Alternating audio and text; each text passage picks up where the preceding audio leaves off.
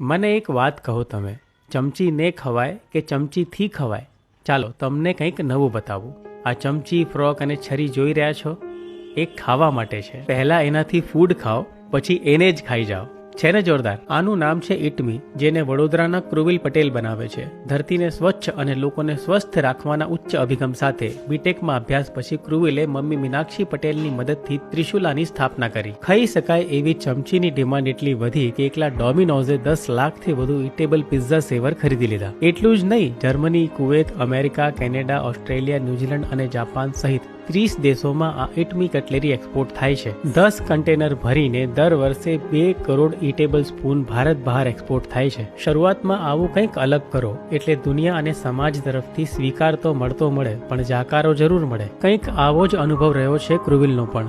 દેશને પ્લાસ્ટિકની ચમચીઓથી મુક્તિ અપાવવાનો વિચાર પરિવાર અને મિત્ર વર્તુળમાં હાંસીને પાત્ર બન્યો હતો. પણ એમની મહેનત અને ના હારેલી હિંમતને કારણે આજે આ બિઝનેસ 4 કરોડનું ટર્નઓવર કરી રહ્યો છે. ક્રુવિલ ના મતે વિદેશમાં ઇકો ફ્રેન્ડલી પ્રોડક્ટની કદર અને ડિમાન્ડ બંને છે, પણ સ્વદેશમાં લોકો પર્યાવરણ પ્રત્યે સજાગ નથી. ભારતમાં ઇટેબલ કટલરીનો વપરાશ વધશે ત્યારે જ ખરી સફળતા મળશે, ત્યારે જ પ્લાસ્ટિક ફ્રી ભારતનું સપનું સાકાર થશે. જો તમે પણ ઇટમી સ્પૂનનો બિઝનેસ કરવા માંગતા હો તો સ્ક્રીન પર દેખાતા નંબર પર સંપર્ક કરો અને કોમેન્ટમાં ધંધો નાનો છે પણ પોતાનો છે લખો.